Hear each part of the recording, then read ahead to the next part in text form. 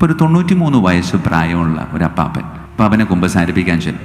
ആരോഗ്യം തീരെ ഇങ്ങനെ ക്ഷയിച്ചുകൊണ്ടിരിക്കണം. അവിടെയൊക്കെ കുറേശ്ശെ നടക്കും, ഭക്ഷണമൊക്കെ ചവച്ചൊന്നും ഇറക്കാൻ പറ്റില്ല, ഇങ്ങനെ ജ്യൂസ് പരുവത്തിൽ അടിച്ചാൽ കൊടുക്കും. പ്രായമുള്ള അപ്പച്ചനെ കുമ്പസാരിപ്പിക്കാനിരിക്കുമ്പോൾ അപ്പച്ചന് മെയിനായിട്ട് 2 പാപം.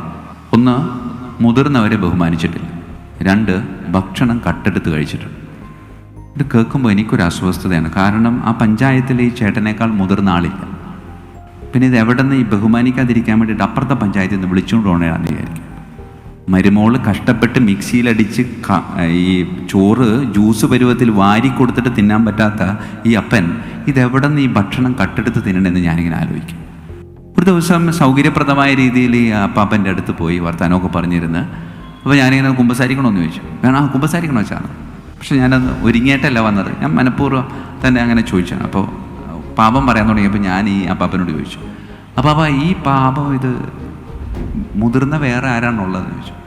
ഇല്ല ചാ, 9ാം വയസ്സിലാണ് ഞാൻ എൻ്റെ ആദ്യ കുർബാന സ്വീകരിക്കണം. അന്ന് സിസ്റ്റർ പഠിപ്പിച്ച പാപം അതേ ഒരു കണക്കിന് എല്ലാ കുമ്പസാരത്തിനും ഞാനിങ്ങനെ പറയും. പ്രിയമുള്ളവരെ, ഒരു കാര്യം നിങ്ങൾ ഉള്ളിൽ ചിന്തിക്കണം. ആദ്യമായിട്ട് ഒരു തെറ്റ് ചെയ്യുമ്പോൾ നമുക്കൊരു സങ്കടം ഉണ്ടാവും. ആദ്യമായിട്ട് എൻ്റെ ജീവിതത്തിൽ ആദ്യമായിട്ടാണ് ഒരു തെറ്റ് ചെയ്യുന്നത്. ആ ഒരു തെറ്റ് ആദ്യമായിട്ട് ചെയ്യുമ്പോൾ അന്നത്തെ ദിവസം നമുക്ക് വളരെ ബുദ്ധിമുട്ടായിരിക്കും. കുമ്പസാരം, അതിൻ്റെ പവിത്രത നാം ശരിക്കും വിശ്വസിക്കുന്നുണ്ടെങ്കിൽ കുമ്പസാരത്തിന് ശേഷം ചെയ്യുന്ന പാപം അതേപോലെ നമ്മുടെ മനസ്സിനെ ഇങ്ങനെ വേദനിപ്പിക്കും. അങ്ങനെ വേദനിപ്പിക്കണം എന്നാണ് പറയുന്നത്.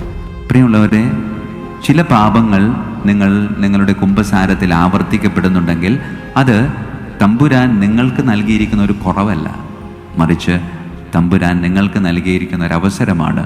ഇതേ കുറവുകളുള്ള ഒരുപാട് പേരെ സമർപ്പിച്ച് പ്രാർത്ഥിക്കണം.